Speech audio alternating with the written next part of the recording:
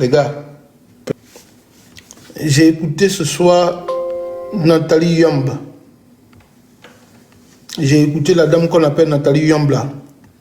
Elle a fait un communiqué. On va mettre Nathalie Yamba et puis on va écouter ce qu'elle a dit.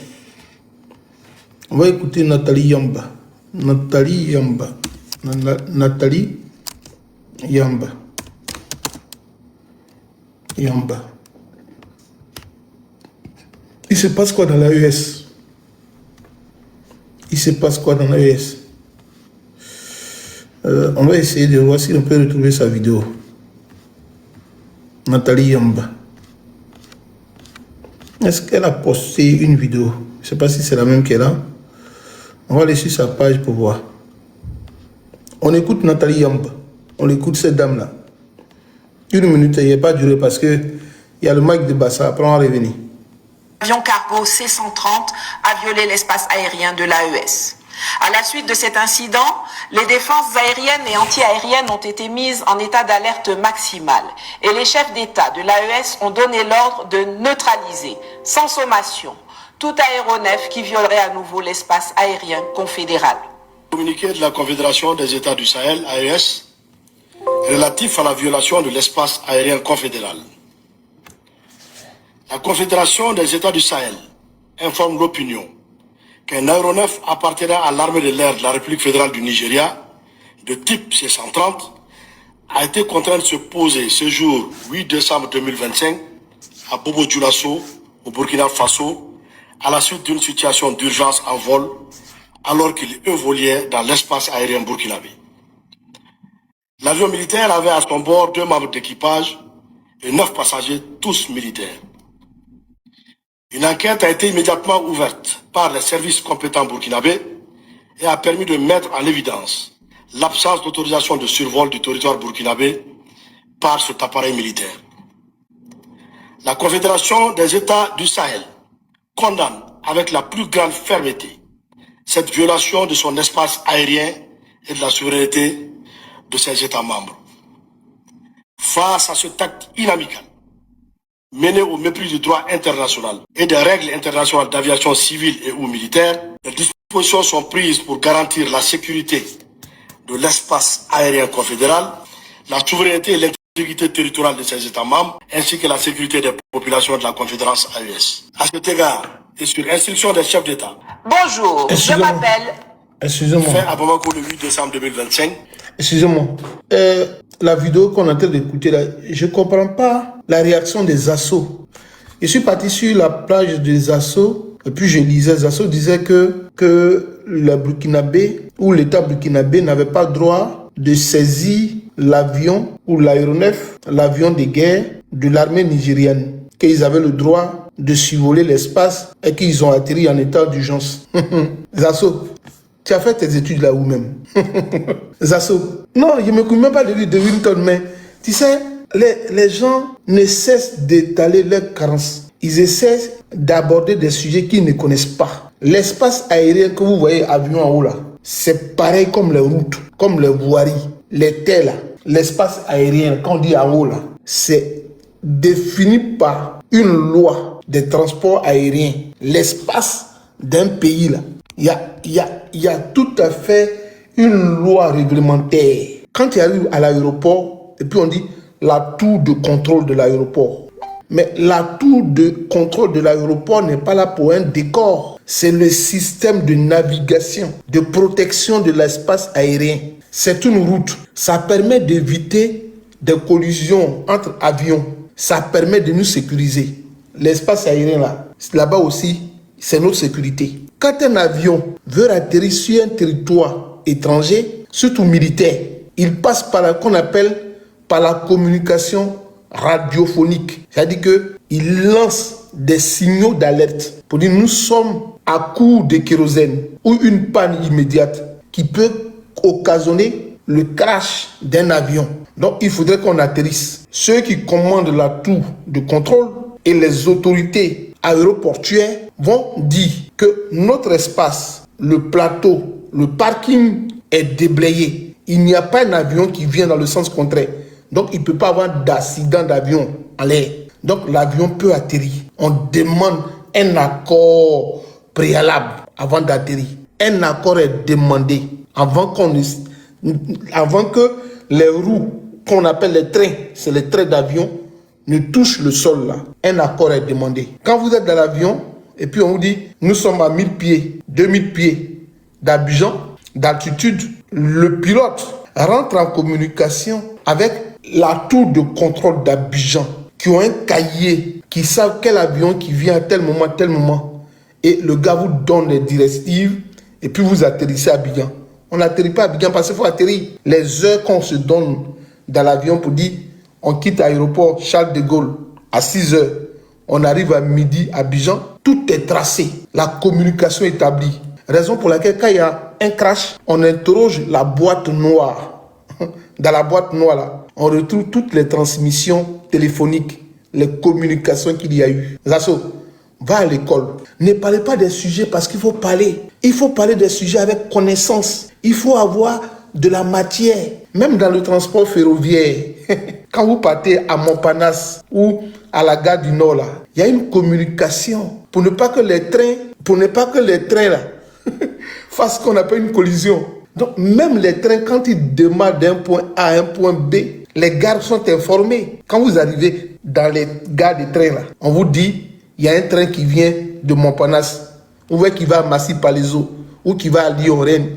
Mais il y a une communication qui est faite pour que les pistes soient déblayées. On vous dit même souvent, vous êtes dans le train, puis on vous dit, vous ne pourrez plus avancer de Caen ou de Lille. Parce que sur la voie ferroviaire, il y a un animal, ou il y a un accident, il y a quelque chose qui est tombé. On vous prévient en amont. C'est comme ça l'avion. Il faut avoir travaillé là-bas pour comprendre. Il faut avoir travaillé pour comprendre des choses. L'espace aérien a été violé. Zasso, l'espace aérien de l'AES a été violé. Est-ce que tu comprends? Quand il y a violation, il y a dommage collatéral. Est-ce que tu sais que quand un avion est posé sur un aéroport, c'est un parking qui coûte cher. L'avion que tu vois qui se dépose dans un aéroport, c'est payant, c'est coûteux, c'est l'argent. Quand on dit la tour de contrôle là, d'Abidjan dit, il y a 2 avions qui sont sur notre piste d'atterrissage, sur le parking de l'aéroport Félix Houphouët-Boigny là. Si un avion fait 10 jours là, mais c'est de l'argent qui rentre dans l'État de Côte d'Ivoire. Les parkings sont payés. Les parkings d'avions là, ça coûte cher. En tel enseigne que ça coûte cher, que quand tu arrives aux États-Unis, dans les pays les plus développés, ceux qui ont les jets privés font en quelque sorte font tout pour que de leur domicile, il y ait même ceux qui sont milliardaires, multimilliardaires, depuis leur domicile, il y ait des pistes d'atterrissage où ils stationnent leurs avions. Même quand l'avion est dans ton jardin ou dans ton domicile privé, quand il veut décoller, même si c'est un jet privé, quand il veut décoller là, il faut que le point A où il part, la tour de contrôle soit informée qu'un avion va circuler le ciel, l'espace aérien du pays. Et là où il est en train de partir, on dit aux personnes que l'avion va arriver à telle heure sur votre espace. Même le jet privé, on fait une communication. Les pilotes là font une communication. L'avion là, quand il est dedans et puis on dit ça va décoller là. Ça ne décolle pas parce qu'il faut décoller. C'est pas Baka. Alors il peut venir. Non, c'est un contrôle. C'est une piste, c'est une route. C'est une route, l'avion. Ils se sont posés au Burkina Faso. Ils doivent rendre compte. Surtout, nous ne parlons pas d'un trafic régulier. On est en train de parler d'un avion de l'armée nigériane qui arrive sur notre espace. L'armée au Burkina Faso. Nous savons actuellement que le Burkina Faso n'est pas au beau-fils n'a pas de relation au beau-fils avec le Nigeria. C'est le Burkina Faso. Merci mon gars Los. Le Burkina Faso avec le Nigeria et avec le Mali, surtout le Burkina et le Mali, qui ont apporté leur soutien indéniable au Niger quand la CEDEAO de Tinubu a voulu attaquer le Niger à l'effet de déposer, comme on appelle, d'aller mettre M. Bazoum au pouvoir. Donc c'est des armées rivales. Ce sont des armées rivales. Il y a eu des tensions entre eux. Comment se fait-il qu'ils ne sont pas allés se poser au Bénin, au Togo ou peut-être en Côte d'Ivoire et puis ils se sont retrouvés au Burkina Faso? Il faut te poser une question. Actuellement, la Grande France ne peut pas survoler l'espace aérien burkinabé. La Grande France, puissance mondiale qu'elle soit, ne peut pas aller violer l'espace aérien burkinabé. Il y a un protocole qui encadre cela. Les États-Unis, si puissants qu'ils sont, ne peuvent pas aller violer l'espace aérien du Burkina. Ils ne peuvent pas le faire. Ils sont puissants, mais c'est leur espace. Ce sont eux qui ont dit que Air France ne vient plus chez nous. C'est leur espace. Sois salué, le Loucha. C'est eux qui ont dit, on ne veut plus de compagnies françaises chez nous ici. Désormais, on veut d'autres compagnies chez nous. C'est leur espace, c'est privé. Pour qu'un avion survole un espace où il n'y a pas eu de communication avec le pays concerné, il y a des pieds qu'on appelle des attitudes qu'il faut avoir dépassé. C'est-à-dire que tu ne puisses pas rentrer dans les radars du pays en question. C'est-à-dire tu dois aller même au-delà des nuages. Ça, ce n'est plus leur espace. Mais quand tu survoles à quelques pieds leur terre, ils doivent te donner ce qu'on appelle des tirs de sommation. Ou même, si c'est un pays développé, on décolle des alphaguettes pour t'escorter. Vous n'avez jamais vu ça? Quand vous violez un espace aérien, il y a des avions qui décollent. Raison pour laquelle dans les pays développés, quand il y a un aéroport civil, en annexe, il y a un aéroport militaire à côté. Vous n'avez jamais vu ça? Dans tous les aéroports du monde, à côté d'eux, il y a toujours un aéroport militaire. Pourquoi? Les GATL, quand on vous parle là, en Côte d'Ivoire, là, demandez ce que je suis en train de vous dire. Tous les aérodromes de Côte d'Ivoire, les aéroports de Côte d'Ivoire, il y a toujours une branche militaire. Les GATL sont à côté. Lorsqu'il y aura une violation de notre espace, c'est les avions militaires là qui décollent et qui vont aller dire aux pilotes, il faut descendre avec ceux qui sont dans ton avion là. Descends avec eux, il faut atterrir. On t'oblige à descendre. Vous n'avez jamais vu ça. Vous n'avez jamais étudié, vous n'avez jamais vu des choses. Quand l'espace aérien d'un pays est violé, les militaires, l'armée de l'air décollent avec des avions qui vont faire des reconnaissances, qui vont tourner autour du cockpit de l'autre avion civil. Ils vont lui dire, il faut descendre. Il faut descendre avec toi. Et allons-y. Ils vont te dire, monsieur, vous ne devez plus aller quelque part. Ils ont même eu la chance. Et je pense que c'est le côté africain qui a marché. Sinon, l'avion devait... Imaginez le mot que je vais dire. Cet avion-là, il pouvait le détruire. Est-ce que vous le savez? L'avion pouvait être détruit. Est-ce que vous savez ça? Le Burkina avait, au regard des accords, eu égard aux accords auxquels ils sont partis, du protocole outre-Afrique aérien, le Burkina était en mesure même de larguer des bombes, de détruire l'avion. Est-ce que vous saviez? Il n'était même plus obligé de parler avec eux. Parce que le Burkina, qui est un pays en guerre, donc il n'y a pas une quiétude au Burkina. Le contraire, l'inquiétude, on appelle ça quiétude. Donc il n'y a pas de quiétude. Le Burkina Faso est dans une inquiétude sécuritaire. Donc le Burkina peut réagir ab initio à tout ce qui est violation de l'espace. Il pourrait se dire, dans cet avion, il y a des terroristes. Dans cet avion, il y a des ennemis qui sont venus nous espionner. Au lieu même de communiquer avec eux, quand ils vont atterrir, ils vont peut-être larguer des bombes ou des missiles. Il faut directement le détruire. On pouvait l'abattre, cet avion-là. Mais il y a eu le côté humanitaire. C'est-à-dire, les Burkinabés ont été humanistes. Ils ont eu pitié de l'avion. Maintenant, on va passer à une phase de négociation. Nous allons passer à une phase de négociation. Ils vont interroger, comme l'avion. Parce que vous ne savez pas, il y a une boîte noire. Les communications de l'avion, on peut les écouter avec des ingénieurs à la matière. Ce qu'ils se sont dit dedans, puis ça a décollé, puis c'est venu au Burkina là. On va le savoir tôt ou tard. Tapotez le live, les gars. Tapotez le live. Ce qu'ils se sont dit là. Et puis l'avion a atterri au Burkina là. Nous dit ça. Ils viendront eux-mêmes nous dire. Il dit, rappelle, lui, l'avion russe a abattu par la Turquie. Oui, il y a des cas. Donc, quand les assauts nous disent que ils avaient le droit de s'arrêter, mais c'est bizarre. C'est bizarre, les gars. Ne trompez pas nos collègues qui ont envie de faire des études dans la matière. Ne trompez pas pour votre manière d'appartenir à un parti politique. Vous allez faire toujours pour venir tromper nos petits frères en matière de droit. Moi, je fais ça tous les jours. plus rien mon téléphone là.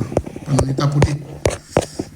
Quand vous avez vos petits frères qui sont encore en train de faire des études, excusez-moi, vous n'allez pas peut-être me voir parce que mon téléphone déconne avec son chargeur là 2 jours. Mon téléphone déconne beaucoup là. Voilà. Donc on va laisser le live comme ça. On va laisser toucher, mais ce qu'est-ce que tapoté. Mon téléphone déconne ces derniers temps. Est-ce que vous comprenez? Regardez mon nez là comme ça. Regardez mon nez là comme ça. Donc est-ce que vous comprenez? Tapotez le live les gars. Si vous partagez, vous tapotez, on va expliquer les choses. Le Burkina Faso est dans une impasse sécuritaire. Donc toute violation de son espace peut amener une réaction brute. Est-ce que vous comprenez? Est-ce que vous comprenez ça au moins?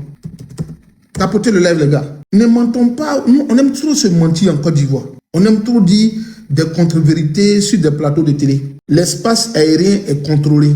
Quand vous êtes quand vous êtes par exemple dans un vol et que vous voyez par exemple excusez-moi, Annie pardonnez, tapoter le live là déconne un peu. Tapotez les gars, on est un peu signalé. Je ne sais pas mais pourquoi. Il faut que je trouve une solution à ça. Ça m'embête un peu de vous parler comme ça à tout moment où le téléphone déconne. Mais c'est pas grave, on va. D'ici demain ou quelques jours, on va avoir un nouveau téléphone plus efficace qui va faire des bons lives. On aura un téléphone qui sera plus efficace. Voilà. Vous comprenez?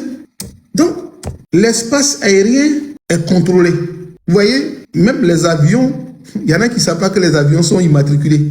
Les avions, là, quand vous prenez votre billet d'avion, les avions sont immatriculés comme des véhicules. Et tous les pays qui ont des aéroports ont leur immatriculation.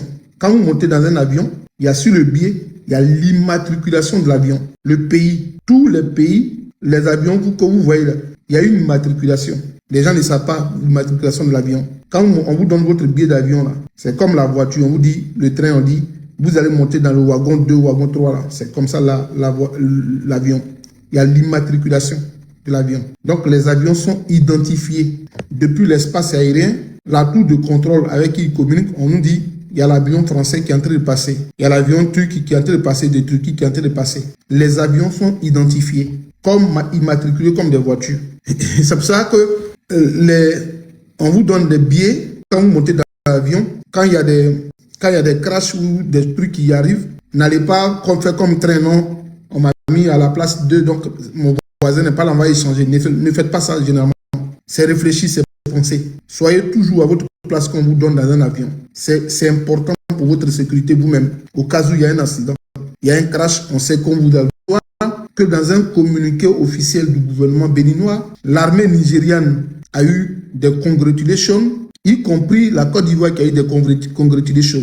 Qu'est-ce que le Nigeria a fait au Bénin pour que le gouvernement béninois les félicite? Quand on dit congratulations, c'est les féliciter. Qu'est-ce que la Côte d'Ivoire a dû faire au Bénin pour qu'on y soit congratulé? Je vous demande pourquoi la Côte d'Ivoire a été congratulée avec le Nigeria pour le Bénin. Pourquoi c'est au moment qu'il y a des prémices où il y a une tentative de coup d'État au Bénin que bizarrement un avion viole l'espace aérien de la Confédération EAES. Est-ce que vous avez fait un peu le rapprochement? Parce que cet avion-là, d'aucuns disent qu'il avait d'autres destinations. Mais pour moi, est-ce qu'il ne partait pas pour combattre auprès de l'armée ou des fidèles alliés du président Talon? Est-ce que cet avion-là ne partait pas pour combattre auprès du Talon? Est-ce que l'avion ne partait pas contre le soulèvement populaire ou le soulèvement militaire au Bénin?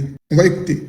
Bonjour, je m'appelle Nathalie Yang. L'heure est grave. 11 militaires nigérians sont détenus au Burkina Faso après que leur avion cargo C-130 a violé l'espace aérien de l'AES.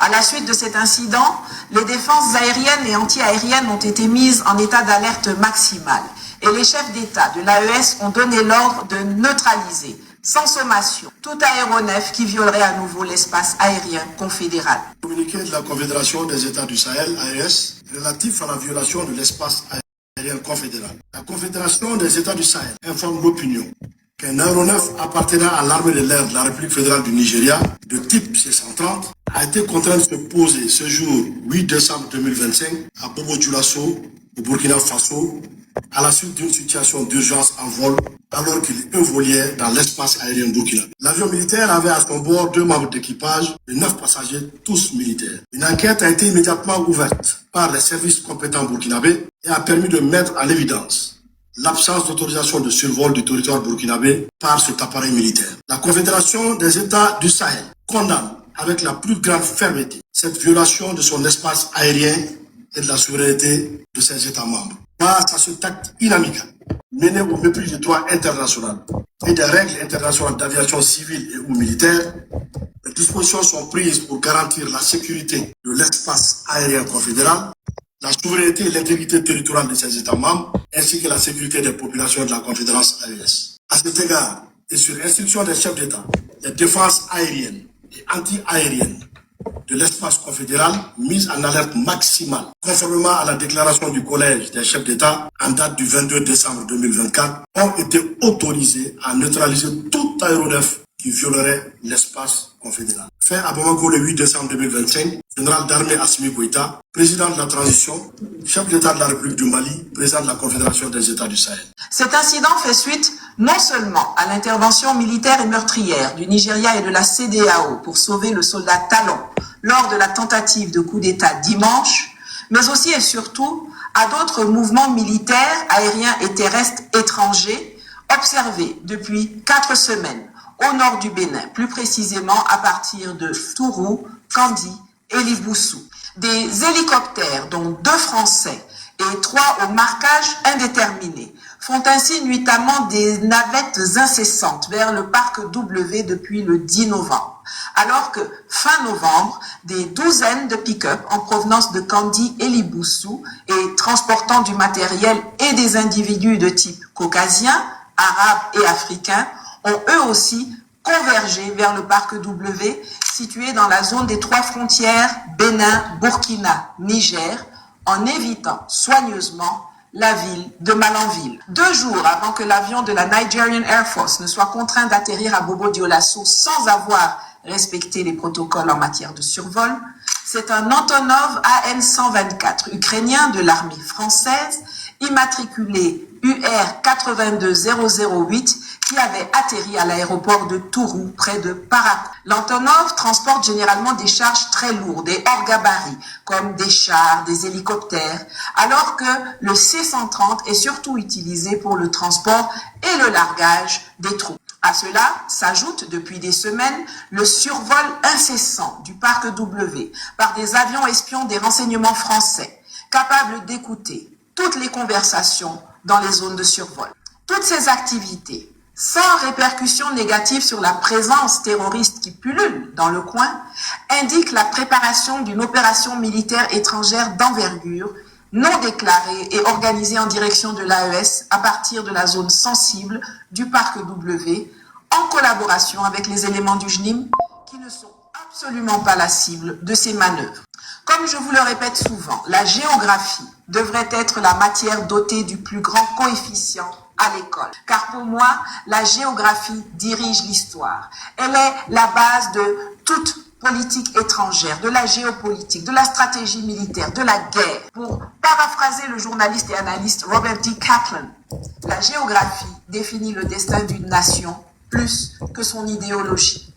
Je vous recommande d'ailleurs la lecture de son livre, La revanche de la géographie, et vous pourrez aussi aller revoir mes vidéos dans lesquelles j'ai démontré l'importance de la géographie dans la situation que nous traversons au Sahel, mais également lors des grands conflits mondiaux passés et actuels. Donc, en résumé, cette grande dame, cette grande dame, Nathalie Yamb, nous donne des éléments qui corroborent la présence de cet aéronef sur le sol burkinabé. Est-ce que c'est pas un avion qui participerait donc, comme on le dit si bien toujours, les Africains n'étant pas émancipés, formés, il faudrait qu'il y ait toujours l'assistanat des colons. Est-ce qu'en la réalité, est-ce que les colons n'étaient pas encore présents là-bas pour nous former? Parce que depuis que nous avons eu notre, entre guillemets, cette petite indépendance, qu'on appelle indépendance, les jours impairs et les jours impairs, que nous savons tous que ce n'est pas une indépendance en la réalité, mais ça a été une manière pour la France de nous dire, vous êtes indépendants, mais nous sommes présents. C'est comme mon père qui me disait, mon fils, va prendre une femme, tu l'épouses, mais les soirs, viens manger chez ta maman, je te regarde un peu. Je sais que tu t'es marié, mon fils, mais les soirs, il faut venir à la maison, on va parler. Laisse ton épouse là-bas, on va parler. Voilà. C'est nous dire des choses. C'est-à-dire, la France a officiellement donné en quelque sorte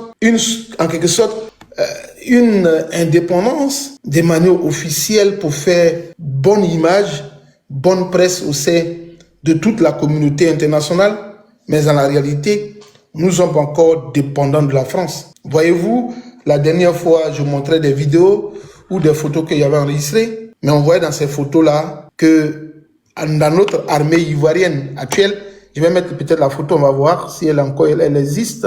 Je vais mettre cette photo. Vous allez comprendre des choses. Vous allez comprendre. Voilà. Là, sur cette photo, par exemple, non, on peut pas voir. Mais sur cette photo-là, attendez, je vais prendre un autre angle de la photo. Je vais la prendre sur un autre angle. Est-ce que là encore c'est visible? Non, c'est pas visible là encore. Est-ce que là c'est visible? Non, c'est pas visible. Ce n'est pas du tout visible. Je vais me la transférer et puis vous donner ça. Attendez, je transfère la photo. Tapotez le live. Je fais le transfert de la photo et puis je vais vous expliquer des choses. J'arrive pour vous expliquer des choses. Qui est-ce qui veut monter sur mon panel? Je viens les gars. Excusez-moi, je vais vous montrer une photo. Je me la transfère et puis je viens. 1 minute. Hein. Cette photo et puis je viens. 1 minute. Nous sommes de tout. La batterie n'est pas forte, mais je vais enlever la tenue militaire derrière moi pour ne pas qu'on dise que je suis en train encore montrer des gendarmes ou des policiers, parce qu'il y en a beaucoup qui sont des amis qui sont de haut gradés de l'armée. Je ne vais pas montrer notre armée ici ce soir, ce ne sont pas ceux qui sont ma cible, mais je vais vous montrer des choses. Voyez-vous ici, je ne sais pas comment on dit en Dula ou en Bambara, Abafle, Aka Kieni Yoa, Aka Kieni Yoa, Afle, ni Aka Yoa, ni Aka Yoa, Abayira, Aka Gyolta Dregedo, ni Abayira, Abafon, écrivez en commentaire. Avec Kieni Yoa, Abayira, ni Abayira, Kieji Mali, Afle, ni Kieji Mali Beni, ni Kieji Mali Beni, Akanta Bedrekedo, Côte d'Ivoire, mon Bedrekedo, Afle, Kieji Mali Beni, Ata Yela, Maïra Alma, Ama Kenya, Ata Yela, Akra Kieji Mali, ni Kieji Mali Beni, Ata Yela, ni, Ak mon dobre don Beni, Ata Yela, Kieji Mali Beni, Tuabutea, Amakara Tuabuya, non, Flakete de Akara Tuabu Yere, Nko Tuabule, Flakete, ni Kara Tuabu Yere, ni Akara Tuabule, Aka Jota Drekedo, ya, Abavle, Ka ta galon ye, Aka Jota Drekedo, ni Akara Joli, ni Ato, Uba forcer sa coopérant, Uba for coopérant, Aka ata coloni yoa, ata coloni, Abaye, Moule Benye, Aka ta colonia, voilà, Tuabule. Voilà l'indépendance qu'on nous a donnée. Une indépendance contrôlée. Cathy, il faut m'écrire après. Hein. C'est une indépendance contrôlée. Cathy, il faut m'écrire après, ma soeur. Salaire de la Côte d'Ivoire et puis il reçoit salaire de la France. C'est lui-là, en la réalité, qui est le patron. Il dit, il y a Ivoiriens, tu ne dis rien. Il y a des Ivoiriens dans l'armée française. Est-ce que tu peux monter? Le sultan, il faut monter en parler. Moi, j'aime quand vous montez, puis on parle. On est après tout Ivoirien. Monsieur Innocent, allez-y. Oui, bonsoir. Bonsoir. Je salue tout le monde. Je profite sur votre panel pour dire aux Africains, souvent, je me demande si nous les autres Noirs, là, ceux qui pensent négativement là, à la démocratie, là, est-ce que vous avez vu, est-ce que ces gens-là, ils ont vu un pays d'où on parle que la démocratie a fait que ce pays-là évolue? Même dans les Occidentaux, on voit qu'il ne suffit pas d'organiser genre élection pour dire que non, que c'est vrai, élection. Il y a des élections truquées. En Afrique, nous, on voit ça. En Europe, on sait aussi que ça se passe comme ça. Et puis, il y a des informations claires qui nous montrent la vérité. Pourquoi ne pas cesser les informations? Pourquoi ne pas cesser les informations, nous, les Noirs? Les autres qui disent que non, qui ne sont pas d'accord avec les militaires révolutionnaires là, et les peuples là. Je me demande souvent, en tout cas, si moi, je suis les panels, il y a certains qui montent. Souvent, je me demande, est-ce que celui-là même, il a son propre histoire à lui, de leur pays. l'armement que nous on voit, nous on sait que c'est pas pour nous. Non, il faut qu'ils cessent. C'est pas pour nous. C'est pour montrer et puis prendre, revendre. Moi, je suis un Burkinabé. J'ai vu ça au camp de Blaise Compaoré. L'armée que on nous montrait dans nos fêtes d'indépendance. Bon, quand le terrorisme a commencé, on a vu que non, que c'était pas l'armée que notre armée utilisait. Les armes que nous on voyait là, ces armes-là ont été revendues encore. Pourquoi? Et puis souvent, non, ça m'étonne de voir un Africain penser négativement sur son frère. Le cas, tout simplement, le cas tout de suite du Bénin. Est-ce que quelqu'un qui a donné ces explications au peuple, est-ce que quelqu'un de ce peuple-là peut se réveiller, dire que non, que lui n'est pas d'accord contre ces révolutionnaires? Tous ces propos ont été clairs. Nous, on a suivi ces propos. Le propos du gendarme qui a lancé le discours hier soir là. Nous, on a suivi ça. Bon, moi, je me demande, la jeunesse là, il faut qu'on se réveille. C'est à l'air là même qu'on doit prendre notre indépendance. Moi, j'ai suivi quelque chose à l'école des révolutionnaires. S'ils sont à côté, allez-y chercher l'école révolutionnaire. C'est la France même qui a créé cette école-là. Dans ces pages-là, ils ont tout dit sur le Sahel. Ils ont tout dit. Et il y a 3 semaines, ils ont fait un documentaire sur le Sahel. Ils ont dit Sahel, territoire à convoiter. Si on peut regarder tout ce qui, depuis le 11 septembre, des immeubles qu'ils ont gâtés en Amérique là. Bon, moi je me dis, vous avez votre connexion. Si vous pouvez rentrer dans TikTok, parler au hasard, pourquoi ne pas prendre cette connexion-là, partir chercher la vérité et puis revenir. Et puis on va causer ensemble. Merci frère. En tout cas, moi je suis content de vous. Merci mon frère, on est ensemble. Merci beaucoup. Merci de ta contribution, puis que le peuple burkinabé se réveille, puis le peuple entier se réveille. Nous on est avec eux, on les soutient. Donc Birifou mon frère, et puis on est ensemble. Merci. Allez, Naïb Birifou. Oui, Naïb. Voilà. Bah, Sultan, qu'est-ce que tu nous disais? On t'écoute. Sultan? Oui, allô, bonsoir. Bonsoir, mon frère. Moi, il y a l'armée. C'est la photo que tu as montrée. Je ne savais pas où tu voulais en venir parce que moi, je ne sais pas. Quand tu veux qu'elle te montre la photo là, non, aujourd'hui là. Non, attends, elle te montrer d'abord. Non, j'ai vu la photo, c'est pourquoi je t'ai répondu. Aujourd'hui là, qu'est-ce qui t'étonne? Hein? Moi, je te posais la question. Il n'y a pas d'Ivoirien dans l'armée américaine, encore moins dans l'armée française. Moi, je te pose la question. Hein. Sinon, lui qui vient de passer là, lui n'a rien à dire. Lui-même, il est en souffrance. Non, faut parler de pour toi. Faut m'expliquer voilà, ce que tu... pour moi. Maintenant, toi, quel est le problème sur la photo, selon toi? Quel est le problème? Faut finir de parler d'abord, puis on... Non, mais voilà, on est en train d'interagir. Il n'y a pas de parler d'abord. C'est toi qui as présenté une photo. C'est à toi de dire ce que... Non, mais j'ai montré la photo, tu as écouté, non? Faut donner ton explication. Moi, je t'ai dit simplement, il n'y a pas d'Ivoirien dans l'armée française. Moi, je te pose une question aussi. Des Ivoiriens dans l'armée française. Il y en a ou il n'y en a pas, selon toi? Ils sont traités de comment? Il y en a ou il n'y en a pas? Il faut répondre d'abord. Monsieur, moi, je n'ai pas le nouveau CPN. Il ne parle pas de débat comme ça. Ok, je t'écoute. Moi, je ne parle pas de débat comme ça. Je t'écoute. Non, mais quand tu me parles, en soi, on écoute toi. Moi, je ne suis pas CPN pour dire vrai ou faux. Il dit, la Côte d'Ivoire, là, ce que je vous ai montré tout à l'heure, là, le monsieur que je vous ai montré, là, on l'appelle en Côte d'Ivoire un coopérant. Maintenant, comme tu dis que les Ivoiriens qui sont dans l'armée française, on les appelle les coopérants. D'accord. Maintenant, ça consiste à faire quoi? La coopérative consiste à faire quoi? Non, tu comprends pas ce que ça veut dire? Un coopérant. Non, je t'écoute. Non, selon toi, c'est quoi? C'est-à-dire que le monsieur là, oui. il est militaire ici dans son pays. C'est ici il a eu le concours. Ok? Il a eu son concours ici. Et puis plus tard, on les envoie dans les pays qu'ils ont colonisés pour former et travailler dans l'administration de l'armée. Est-ce que vous savez ça? Il a eu son concours en Côte d'Ivoire en tant qu'Ivoirien. Non, monsieur. D'accord, je t'écoute. Hein. Un coopérant, c'est celui qui a eu son concours dans son pays, ici en France. Maintenant, la France, là, tous les territoires où elle exerce son pouvoir, sa suprématie, là, ils envoient les militaires là-bas, les officiers, là, ou même souvent les sous-officiers, et puis ils deviennent des coopérants. Ce sont eux qui forment l'armée de nos pays. Mais quand ils arrivent là-bas, ils ne portent plus la tenue de leur pays. On leur donne les garants de chez nous. D'accord.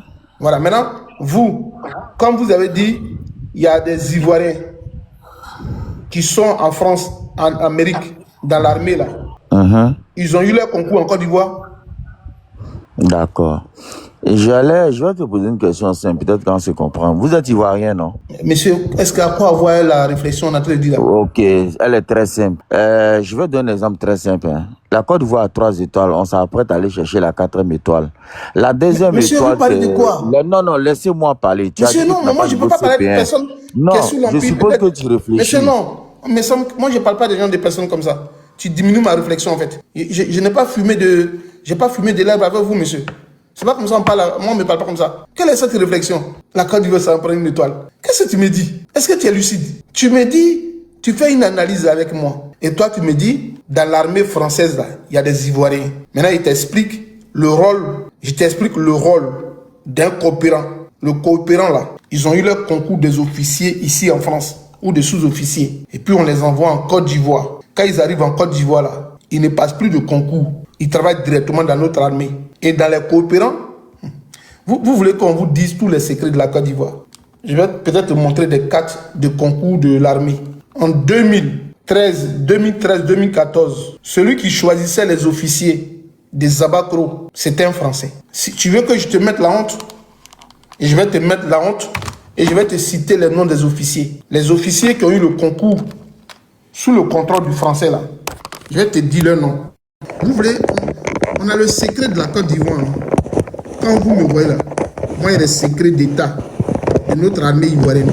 Mais vous allez me pousser un jour et puis il y a dit des bêtises, des informations capitales. Je salue encore mon ami qui est aujourd'hui capitaine de l'armée.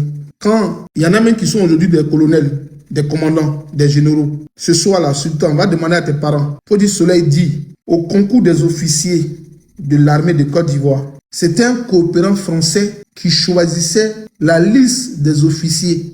Au dernier concours, là, c'est lui qui décidait. Il était dans le bureau concours des officiers de l'armée. Tu veux que je parle? Je vais te parler de ça. C'est un militaire français, coopérant de l'armée ivoirienne, qui décidait du nombre effectif des officiers de l'armée de Côte d'Ivoire. J'ai mes amis, mes promotionnels, qui sont aujourd'hui capitaines des commandants. C'est en 2017 que Ahmed Bakayoko a révoqué le monsieur de ses fonctions. Sinon, quand M. Donwayi était ministre délégué à la défense en Côte d'Ivoire, c'est le français là qui choisissait qui devait aller à l'école de formation à Zabakro. C'est le français qui choisissait. C'est lui qui choisissait. Et on nous a dit que quand le français était là, il faisait l'effort de choisir les meilleurs à l'écrit, les excellents. Il regardait les diplômes. Donc ça n'a pas arrangé Ahmed Bakayoko et il a fait sauter le monsieur et Ahmed Bakayoko a fait rentrer en 2017, il a fait rentrer des officiers rebelles qui n'avaient pas le niveau. Plus de 70 officiers.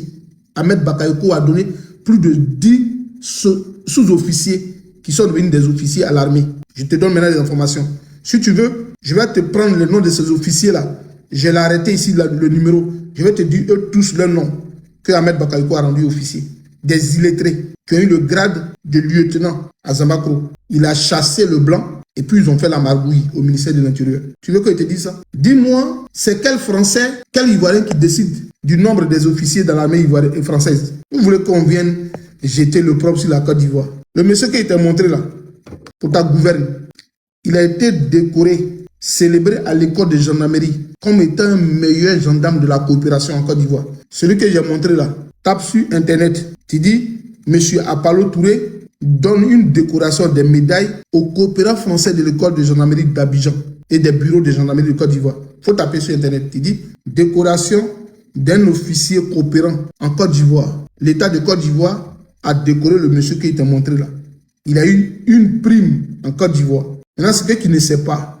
Quand il est coopérant là, il n'y a pas d'officier qui est plus officier que le monsieur là. Les officiers qui étaient montrés à côté de lui là, ce n'est que ça. On lui a même pas donné grade de général. Il a grade de lieutenant-colonel. Mais il commande le général même. Le monsieur que tu vois là. Il te montre. Je ne sais pas si tu connais les grades. Il a grade de lieutenant-colonel, lui là. Mais c'est lui qui commande les officiers de Côte d'Ivoire. Puis pour ta petite gouverne, pour ton petit cerveau, quand les militaires français sont en Côte d'Ivoire là, les sous-officiers là, ils donnent des ordres aux officiers.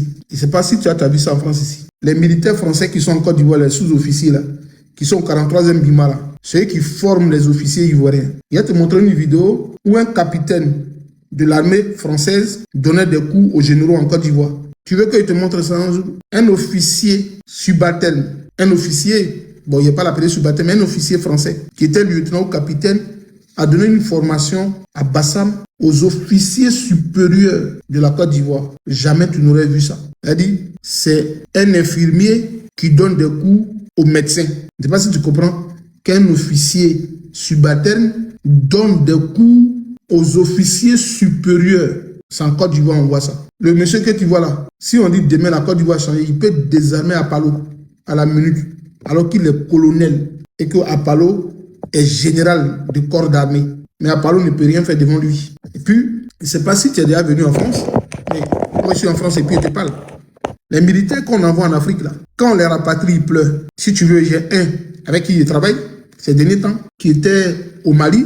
Si tu veux, il va le faire parler sur mon panel, il va faire un témoignage. Il dit quand il était au Mali, là, il était payé entre 3 000 euros. En plus des 3 000 euros qu'on lui donnait en France ici, il ne payait rien au Mali. Puisque l'État malien devait leur donner des subventions. Soleil, tout ce qui était... il dit les week-ends, même les jours, il sortait pour aller manger.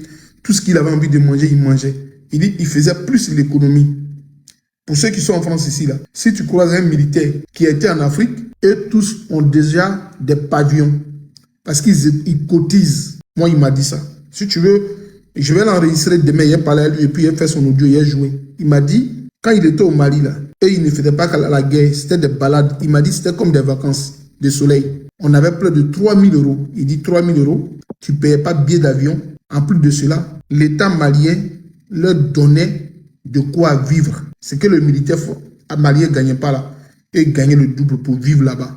Il dit l'argent, il dit français, c'est pas l'argent qu'on nous donnait comme ça par jour. En semaine, on peut nous donner des millions sur nous pour qu'on protège les pouvoirs en France, en Afrique. C'est le jeune qui dit ça, il a 27 ans. Il dit, mais 3 000 euros là, je n'ai pas touché pendant mon séjour. Il a fait 2 ans, il n'a pas touché mes 3 000 euros. Mais quand on était dans les casernes, on nous donnait de l'argent. Si on voulait aller se promener, ce qu'on voulait faire là, l'État malien nous donnait l'argent que les militaires maliens ne gagnaient pas. Et il était quoi? Simple caporal. C'est les militaires Lacourou, hein. Les militaires français que vous voyez là, ils ne savent pas lire et écrire, ils ne savent même pas écrire. Les militaires français qu'on envoie en Afrique, qui vont tuer nos parents là, ils ne savent même pas lire et écrire. Les sous-officiers là, parmi eux là, ils n'ont même pas BPC. Quand tu leur demandes, tu as fait quelle école? Non, je n'ai pas fait d'école. C'est des gens qu'on ramasse ici.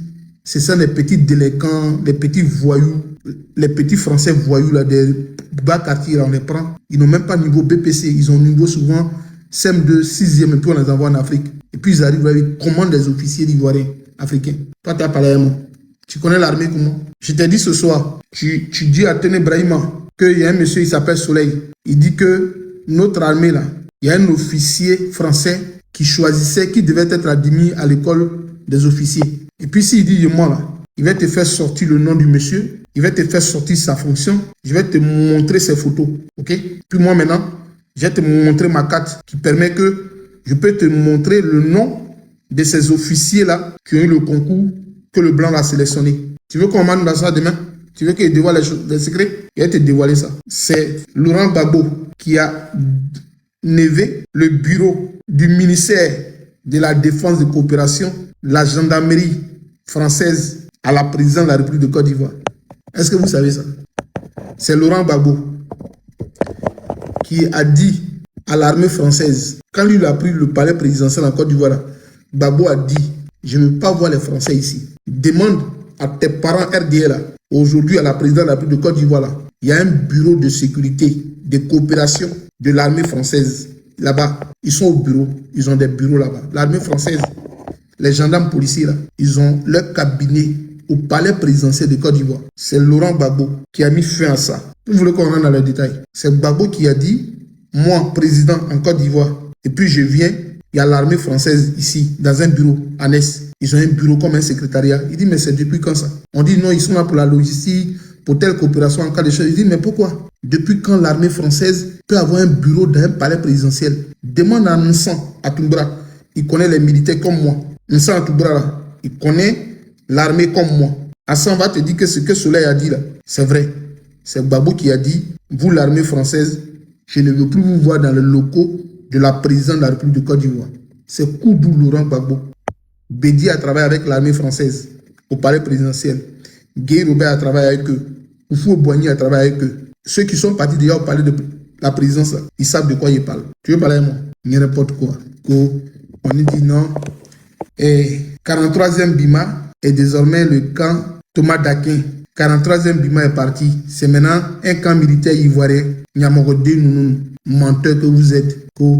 Et moi-même, Alassane Draman Ouattara, j'ai demandé à l'armée française de partir. Désormais, le camp militaire de Port-Boué s'appelle le camp Thomas Dakin.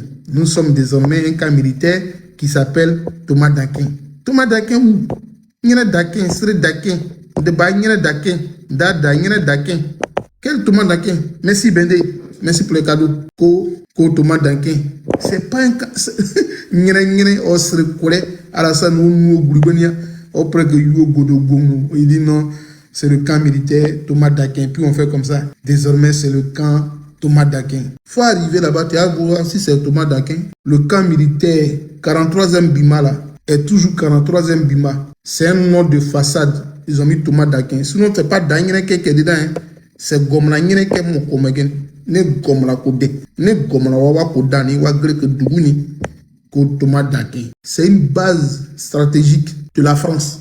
C'est Thomas Dakin. 43e Bima est devenu Thomas Dakin. C'est l'armée française qui est là-bas. Ils sont obligés matin de prendre les militaires ivoiriens, puis on les dépose avant. On dit non, c'est désormais les militaires ivoiriens qui dorment ici. Depuis quand les Ivoiriens dorment là-bas? Les militaires ivoiriens qui sont là-bas, là, je vais vous dire la vérité. Ce sont les vigiles de l'armée française. Cela dit, je vous dis, ceux qu'ils ont désignés pour aller là-bas, là, c'est un gombo, c'est une surveillance. Et ils sont là-bas pour surveiller l'armée française et puis ils dorment. Je vous dis maintenant, vos frères qui sont au 43e Biban qui disent qu'ils sont là-bas, là, c'est chez eux, là. C'est faux. Ils sont là-bas, ils surveillent les Blancs, là, dormis. C'est tout ce qu'ils font. Matin, quand les Blancs sont fatigués, ils leur disent, allons faire footing. Et puis, du coup, les Blancs, c'est tout. On leur dit, allez laver les armes et puis vous les envoyez. Et puis, on leur montre comment on décharge une arme. Ils sont en train de faire une formation pratique là-bas. Jamais 43e Bima là, va appartenir à la Côte d'Ivoire. Pour que 43e Bima appartienne à la Côte d'Ivoire, c'est qu'il va avoir un long processus. Un long processus. Parce que si 43e Bima revient à l'état de Côte d'Ivoire définitivement, mais comment l'armée française va regrouper tous ces ressortissants quand il y aura départ ou une crise en Côte d'Ivoire? 43e Bima, le point stratégique, c'est de toujours barrer l'aéroport à l'armée ivoirienne et que l'armée française se déploie elle-même pour évacuer tous ces ressortissants et protéger ses biens.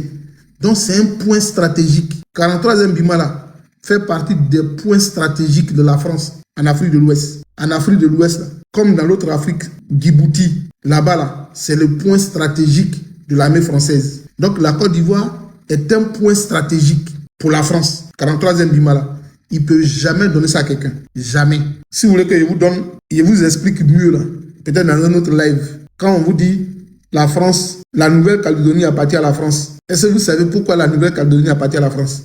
Quand on vous dit Guadeloupe, Guyane appartient à la France, Mayotte, est-ce que vous savez pourquoi ça appartient? Parce que ce sont des zones d'espionnage et de protection de Paris. Depuis ces zones-là, la France protège la défense, Paris Défense là. Les caméras du monde qui sont là-bas là, sont connectées à tous ces pays-là du monde. C'est là-bas qu'ils ont les antennes, les écoutes. C'est là-bas, ils font tout. Ils ne peuvent pas installer toutes les antennes ici. Ça peut émettre des ondes, des maladies. Donc eux, ils disent, on va laisser des territoires où on fera notre contre-espionnage. C'est là-bas. La Côte d'Ivoire, là, c'est l'espace d'espionnage de la France. Donc ça ne peut jamais partir. On ne peut jamais leur donner une radio. Annie, est-ce que tu sais que quand la crise a déclenché là, toutes les radios de transmission, les talkie-walkie de la gendarmerie police là, c'est l'armée française qui parlait dedans. Même, ils ont même pris les micros de l'université. L'université où Félix Houphouët-Boigny là. S'il y a quelqu'un qui est là, il monte et puis on en parle. L'université de Félix Houphouët-Boigny là, tous les micros des amphithéâtres étaient devenus le passage des informations de l'armée française. Oui, moi je vous dis, s'il y a des amis là, ils vont monter pour dire oui, c'est que cela dit est vrai. Quand on était à l'université, en pleine crise là, il y avait interférence. Quand l'armée française parlait, quand l'armée ivoirienne donnait les positions là, nous on attendait ça en amphi. Dans les micros des amphis là, On attendait la communication de l'armée de Côte d'Ivoire. La France avait bousillé ça. Demandez aux étudiants ici, s'il y avait d'autres étudiants, il allait les faire monter. Demandez aux étudiants de l'université de Côte d'Ivoire. En plein amphi, quand le professeur parle là, tu attends, delta 1, delta 2, position, alpha, oméga. Il dit, mais c'est quoi? Il dit non. Ça, c'est ce qu'on appelle les interférences. Ils ont tout mouillé la communication de l'armée de Côte d'Ivoire. Je vous dis, tout, dans les amphithéâtres de l'université Cocody, nous, on attendait la conversation des supérieurs de l'armée de Côte d'Ivoire. On attendait les interférences dans les micros. Voilà. C'est ça, ils vont donner à la Côte d'Ivoire. C'est là-bas que ça quitte, au 43e BIMA. Toutes les communications qu'on se fait en Côte d'Ivoire, ils ont tout ça. Quand l'armée française en fait se déplacer là, il y en a ils sont bêtes. Le petit qui était, il est con. Quand l'armée française veut partir en Côte d'Ivoire là, ou dans les pays africains, là, ils vont toujours avec un fils de là-bas. Dans l'armée française, là, quand ils sont partis en Côte d'Ivoire, pour leur transmettre le message des gens du Nord, des Gulois là, ils sont partis avec des Maliens qui parlaient Bambara. Vous ne savez pas ça. Et quand ils vont en mission, là, ils ont toujours des natifs du pays qui sont ici. Il y a des offres d'emploi, ils te disent, est-ce que tu sais parler Bambara? Vous voyez sur les offres d'emploi, là, il y a des offres d'emploi, souvent on vous demande, est-ce que vous savez parler Bambara? Est-ce que vous savez parler Maninké? En France, ici, il y a des offres d'emploi, on te demande, est-ce que tu sais parler Bambara? Est-ce que tu sais parler Soniké? Est-ce que tu sais parler Poula? Ce sont des offres d'emploi contre-espionnage. Dans tous les dispositifs de l'armée française qui va en Afrique, il y a toujours un parmi eux qui sait de quoi vous parlez. Ils vont toujours avoir un noir parmi vous. Vous allez penser que le noir, il est soit haïtien ou il est de Guadeloupe. C'est un noir qui comprend la langue de là où vous êtes. Lui, il comprend tout ce que vous êtes en train de dire. C'est lui, il a toujours des écouteurs. Dès que vous êtes en train de parler net, il va leur dire, il va faire le décodage de l'information. Il va dire, partons. Ce qu'ils sont en train de nous dire, ils disent, ils vont nous attaquer. Ils vont nous attaquer. Partons, c'est plus bon. Et puis c'est là que vous voyez, un coup les blancs, ils s'énervent et puis commencent à tirer partout. Parce qu'ils viennent d'avoir l'information par quelqu'un qui est parmi eux, qui comprend la langue que vous comprenez là, qui vous parlez là. Et ils connaissent tout ça. Ils vont quitter l'Afrique comment? Ils vont quitter la Côte d'Ivoire comment? Et puis quand ils viennent en France, ils coûtent excessivement cher à la France. Ceux qui sont en Afrique, les militaires là, ils coûtent excessivement cher à la Côte d'Ivoire, à l'Afrique. Ils ne peuvent pas venir en France. La France ne pourra pas les loger. Annie, est-ce que tu sais que ceux qui ont pu venir en France, quand les missions finissent comme ça, ils deviennent des SDF. La dernière fois, dans un supermarché, il avait porté le maillot ivoirien. Et puis j'ai vu un devant. Et puis il m'a salué. Il dit Koutoukou, Koutoukou. Il dit mais pourquoi tu dis Koutoukou? Il dit moi je connais la Côte d'Ivoire. 43e Bima, à Tchéké. Il dit mais pourquoi? Il dit moi j'étais militaire là-bas. Et puis après, quand il y a eu la guerre, on est venu. Il dit mais pourquoi? Il dit je ne me suis plus retrouvé. Il est devenu SDF. Il demande les billets là, devant le supermarché. Quand ils viennent, souvent, ils deviennent zinzin. Parce qu'ils ne sont plus habitués à la vie d'ici. Ils veulent aller en Afrique. Souvent, c'est eux qui saluent les gens. Et en ce moment, ils parlent souvent Bambara, ils parlent les langues de ces pays-là. Ils parlent les langues de ces pays-là. Parce qu'ils sont là-bas. Comment ils vont venir? Qu'on y ait n'importe quoi, qu'on y ait d'eau, c'est donné, 43e Bima est parti. Est-ce que moi, je te montre une photo? Toi, tu es un jeune Africain, tu devais pleurer, et puis tu me dis, il te montre cette photo, et puis tu me dis, est-ce qu'il n'y a pas blanc, il n'y a pas ivoirien qui est français, qui est dans l'armée française ici? Il me dit, il faut montrer ta photo de l'ivoirien qui est en France ici, avec ça. Il faut montrer, qui est gradé comme ça. Il faut montrer. Et non, il n'y a que non, il y a non de Basrenia, ni toi, non, il n'y a que te. Vous venez montrer ça. Vous êtes là, vous montez en Côte d'Ivoire, on a telle chose, on a telle chose. Qu'est-ce qu'on a? Je te prends plus sur mon live. Tu n'as même pas le niveau pour discuter à moi. Va te former. Tu es nul. Tu ne sais même pas parler français. Va te former avant de venir parler à moi. Moi, il ne parle pas les chauffeurs de Bahreïn. Tu ne sais même pas parler français. Oh, il y a en France là-bas, il n'y a pas d'Ivoirien qui est militaire. Quand les Ivoiriens, il te dit maintenant, comme tu me parles, il va te donner. C'est un peu chargé. Il te dit une chose. Regarde bien à mes yeux. Quand les Ivoiriens, ils vont aux États-Unis et puis ils rentrent dans l'armée là, est-ce qu'on t'a déjà dit ce qu'ils sont? Ce sont les lacrous. Ce que tu vois sur les internet et puis dit I'm American Army, I'm American Soldier. Et puis tu les vois là. La majorité, c'est qui est derrière là. Tu veux qu'ils te disent, vous voulez qu'on parle de la vie des gens alors qu'on ne veut pas les agresser. Surtout, quand tu vois un Africain qui est militaire aux États-Unis, la première motivation, c'est la nationalité américaine. Dites que Soleil, tu mens, et puis je vais couper le live. La première des motivations qui est cachée derrière, c'est de devenir militaire et de devenir américain. La première motivation des Africains que tu vois aux États-Unis, que tu vois à dernier jour là, qui montrent les armes, ils sont dans les chars, oui, il y a un Ivoirien qui fait les vidéos là. Ils veulent devenir franc-américains en premier. Ils rentrent dans l'armée pour devenir américains. C'est-à-dire que quand il y a guerre là, ce sont les cobayes. Eux là, ce sont les cobayes. Quand on dit il y a guerre là, ce sont eux qui sont les premiers à partir au front. Ce sont les cobayes.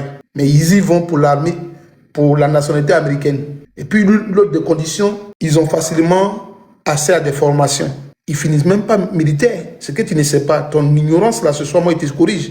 Ils te donnent un coup. Quand ils font des années de service militaire, ou 5 ans, 6 ans après, ils quittent là-bas pour aller faire, ceux qui sont ambitieux, ça leur donne accès gratuitement à des formations. Il y en a qui y vont, ils ne savent pas toute la semaine, et puis ils vont dans les universités, ils s'inscrivent pour avoir des diplômes en Amérique pour travailler plus tard. Ils finissent pas soldats. On t'a pas dit ça? Moi, je te dis maintenant parce que je connais d'autres parmi eux. Est-ce que tu comprends? Ils font pas longue carrière militaire. Ce que tu vois là, il y a une fille qui dit elle a fait à Tekoubé là. Ce sont les Lakourou de l'armée américaine.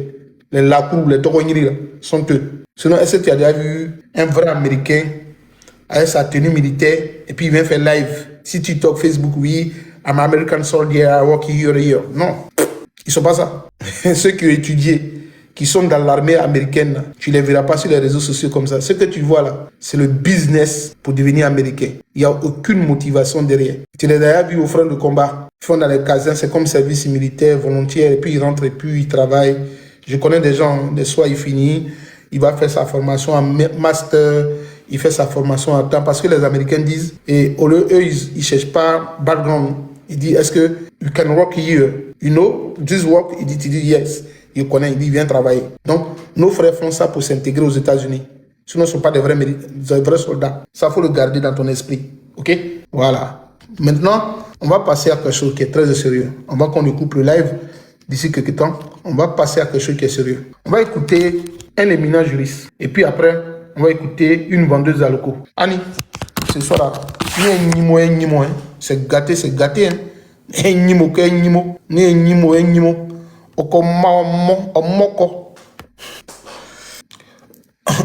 Merci mon gars. On va écouter cette vidéo là. Écoutez-moi bien cette vidéo là. Après, je vais vous jouer une autre vidéo. Vous allez écouter. Vous allez me faire écouter cette vidéo là. Après l'autre vidéo, vous mettez V1. Vous notez 2, 3, 4, 5. Ça va vous donner une notation. Écoutez bien. Écoutez bien. Il va mettre des vidéos. C'est un premier juriste qui parle. Il s'appelle Francis Vaga Vaudier.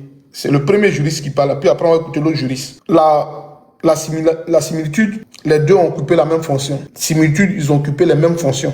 Fleuve sort de son lit. Il déborde en torrent tumultueux, susceptible d'emporter presque tout sur son passage. Le juge doit revenir à lui-même pour s'auto-contrôler, en puisant en lui-même les ressources de ce contrôle. Le juge, homme de droit, doit être droit. Le juriste n'a pas à s'interroger sur la justesse du droit. On lui demande, le juge, d'appliquer la loi en s'interdisant d'apprécier la loi. Mais pour être juge, je n'en reste pas moins un homme, un citoyen, jouissant de mon self-arbitre. Et quand la justice du droit se détache de ma propre justice, quand je ressens vigoureusement la loi comme injuste, que dois-je faire? Si je reste juge, j'applique cette loi, même injuste. Mais pour retrouver ma liberté de citoyen, je peux et je dois démissionner pour m'accorder avec moi-même et ne pas me cacher derrière ma fonction pour faire passer des idées personnelles ou des intérêts personnels. Ça, c'est Francis Vaga Vaudier qui s'est adressé comme ça, de cette manière-là, de cette façon-là, à Alassane Draman Ouattara. C'est Francis Vaga Vaudier qui a démissionné du Conseil constitutionnel et qui a dit, quand le juge sait que ce qu'il doit appliquer ne relève pas du droit et qu'il doit en tenir compte de son intime conviction, ce n'est plus du droit. Il doit en démissionner. Regardez, on va écouter une juriste qui occupe les mêmes fonctions que monsieur, qui occupe actuellement les mêmes fonctions que Père à son âme, Francis Vaudier n'est plus là. Mais on va écouter une juriste qui occupe les mêmes fonctions que Francis Vaudier. Hier, c'était la cérémonie d'investiture. On écoute. La vidéo bug. Tapotez un peu. Et on écoute. Son Excellence, Monsieur le Président Alassane Ouattara, artisan du développement de la Côte d'Ivoire. Merci. C'est une juriste qui est président du Conseil constitutionnel qui dit que M. Alassane Draman Ouattara est partisan ou est artisan du développement. Est-ce que vous comprenez une chose? Est-ce que vous comprenez un peu le français, comment il vacille, comment il change d'une toge à une autre toge, même couleur de toge, mais le verbe n'est plus pareil. C'est-à-dire, si je vous disais que c'est un débat politique sur un plateau de télé, vous aurez dit que cette juriste, la deuxième juriste, elle est de quel parti politique?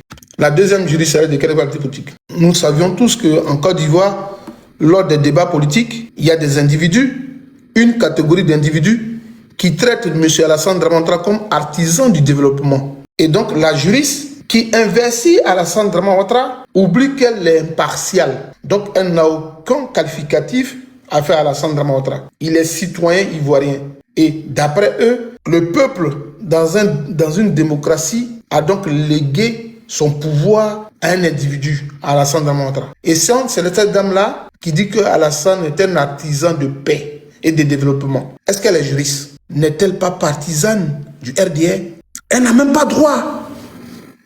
C'est-à-dire, nous tous, il est indiscutable, il est quand même, ce sera insultant de dire que on est impartial.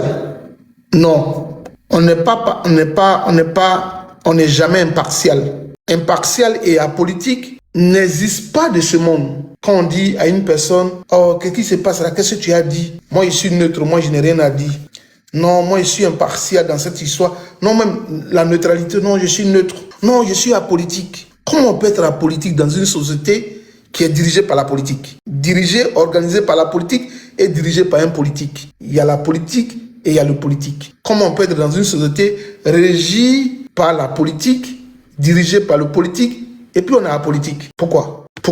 Non, cela était quoi? Non, je suis apolitique. Non, cette histoire qui se passe, on ne peut pas être neutre. Même quand tu es policier, tu es douanier, tu es dans un bureau, quand tu reçois des gens, à beau être neutre, à beau être impartial, mais il y a ton côté humain qui domine en toi. Pour être un peu d'une probité ou d'une éthique professionnelle ou d'une déontologie professionnelle, tu es obligé de cacher tes émotions. Mais cette dame-là, tellement qu'elle a accompli son travail, l'émotion qui l'animait à investir son candidat a fini par avoir raison sur elle. Et donc finalement, elle a commencé à vomir en disant que Alassane est un partisan de développement. Fallait tu ris, mais c'est grossier ce qu'elle vient de faire. Aucun conseil constitutionnel au monde, ce monde, ou aucun constitutionnaliste ne pourrait le faire. Ce qu'elle vient de dire. C'est un acte ignoble. C'est grave. Elle ne devrait pas le dire.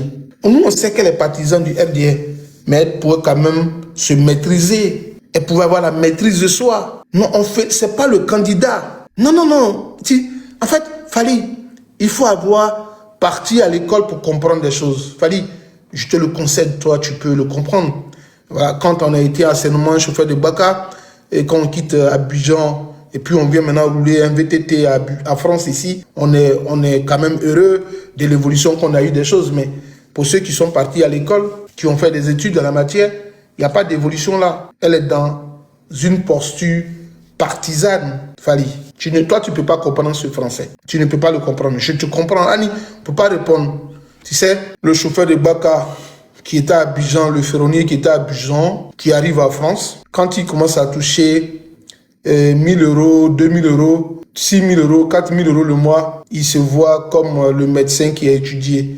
Il se voit comme le magistrat qui a étudié. Parce qu'il lui dit, souvent il fait son salaire. Moi, mais il gagne plus que le magistrat de Côte d'Ivoire. Je suis un grand type. C'est ce genre de personnes comme Fally. Ils ne comprennent pas la valeur des mots qu'on utilise, de l'expression qu'on utilise dans certaines situations. Ce sont des propos gravissimes. Elle met là en porte-à-faux le rôle du droit objectif. Elle pourrait être dans un droit subjectif, c'est son droit d'apprécier qu'elle veut. Mais là, elle n'est pas dans la fonction d'un droit subjectif. Fally, est-ce que tu comprends? Elle est en fonction là. C'est une fonction du droit objectif. On parle de base, on parle de la légifération, on parle de constitution, on parle du code. Donc c'est un droit objectif. Elle n'est plus dans l'objectivité du droit, elle est dans la subjectivité du droit. Elle donne là son envie. Dans le droit subjectif, on a droit au plaisir, on a droit à telle chose, telle chose. Donc elle a droit d'apprécier un candidat. C'est un droit subjectif. Mais elle a porté une toge qui est donc fonction du droit objectif. Donc là, on n'a pas besoin de son avis. Il n'y a pas d'appréciation. Elle vient de commettre un impair. à la matière. Si c'était vous, à l'autre époque, dans d'autres cieux, on aurait quand même à dire, oh, c'est l'ami de Gbagbo. Non, c'est là, on sait que c'est Gbagbo qui l'a mis là. Gbagbo ta mongolo. Gbagbo ya mongolo nulo. Gbagbo ya mongolo nulo. Gbagbo ya mongolo nulo. Gbagbo ya mongolo nulo. Non, Fally, je risque de te bloquer parce que tu ne comprends pas le français. C'est pas sa citoyenneté qui est mise en jeu. Est-ce que tu me dis que, je t'ai dit que la femme n'est pas ivoirienne? Est-ce que tu as vu que ici, j'ai dit qu'elle n'est pas citoyenne? Fally, est-ce que tu comprends la langue de Molière? Tu aggraves un peu ta posture. Je ne suis pas là pour jouer. Je vais demander aux gens de te bloquer parce que tu ne comprends pas. Ce n'est pas la citoyenneté de la dame que je dis ici. Est-ce que tu m'as vu dire que cette dame n'est pas ivoirienne? Est-ce que je lui ai enlevé son droit? C'est dans sa citoyenneté qu'il dit il y a le droit objectif et il y a le droit subjectif. Le droit subjectif, elle a le droit d'apprécier. Elle a le droit de dire ce qu'elle veut dans la limite des choses. Mais quand il dit elle est citoyenne, donc elle peut dire ce qu'elle dit, c'est pas ça. Là, elle est juge constitutionnelle. Elle a le pouvoir judiciaire. Alassane a un pouvoir exécutif. Donc, ce n'est pas le pouvoir judiciaire qui vient apprécier le pouvoir exécutif, monsieur. C'est du français. Séparation du pouvoir. Et tous les juges qui prêtent serment se doivent d'être impartials. Fally, est-ce que tu sais ce qu'on appelle l'impartialité du juge? Est-ce que tu connais ce qu'on appelle l'impartialité du juge? Mais Fally, tu parles de quoi? Tu parles de quoi même? Je me trompe sur quoi? Moi, je me trompe dans quoi? La présidente du Conseil constitutionnel est magistrat de carrière, donc juge, fonction d'impartialité. Tu n'as pas compris cette phrase-là, regarde. Mais tu ne comprends pas. Son Excellence, Monsieur le Président Alassane Ouattara, artisan du développement de la Côte. Artisan de développement de la Côte d'Ivoire. Est-ce que ça se dit pendant une investiture? Elle a porté une toge. Elle est magistrate du Conseil constitutionnel. Elle dit qu'Alassane Dramane Ouattara est un artisan du développement de la Côte d'Ivoire. Est-ce que Fally, tu écoutes un peu l'erreur qu'elle vient de commettre? C'est comme tu partais au tribunal et puis on disait, oui, c'est le braqueur le plus intelligent. C'est le juge qui te dit ça. Oui, lui, c'est le braqueur le plus intelligent. C'est un qualificatif. C'est grave pour la Côte d'Ivoire. Mais vous ne comprenez pas malheureusement le français. Non, mais Fally, je préfère t'ignorer parce que je n'ai pas envie d'être grossier avec toi ce soir. Tu ne comprends pas le français, tu ne comprends pas. Merci pour la stature et la multidimension que vous donnerez encore à la Côte d'Ivoire. Pour la multitude de dimensions que vous donnerez encore à la Côte d'Ivoire. Tu ne vois pas que c'est grave, purée, vous ne comprenez même pas français. Dans cet élan constant qui vous caractérise, vous, les symboles vivants de l'ambition collective du peuple ivoirien. Le Conseil constitutionnel vous salue avec déférence, monsieur le... Avec déférence, quand on dit avec déférence, je salue mon père avec déférence, avec son âge, je suis soumis à mon père. Je le suis reconnaissant. C'est la soumission. C'est être appaventrice. Est-ce que tu comprends ce qu'on appelle être appaventrice? C'est-à-dire que cette dame-là, elle est l'esclave d'Alassane Dramane Ouattara. Avec déférence. Va lire le mot déférence. Déférence, le mot français déférence. C'est-à-dire que la dame-là, devant tout le monde, elle dit que elle, là, Alassane est un roi. Elle le vénère, elle l'adube, elle le craint comme un dieu. Elle est soumise à lui. Déférence. Tout le Conseil constitutionnel te reconnaît avec des déférences. C'est-à-dire que tous ceux qui sont au Conseil constitutionnel qui travaillent se doivent de respecter Alassane Dramane Ouattara. Ils lui sont redevables. Va lire le français et puis tu viens parler avec moi. J'ai pas envie de parler à des petits esprits ce soir. Président de la République, vous incarnez le sens élevé du devoir. Vous méritez de la Côte d'Ivoire, Monsieur le Président de la République. Et vous faites partie de ceux qui connaissent la valeur d'un serment.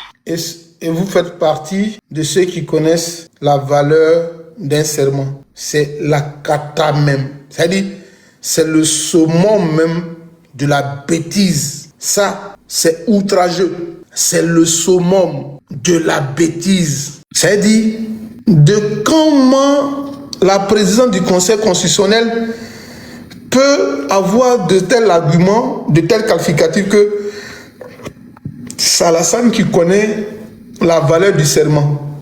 On dit tu es là pour investir le président de la République.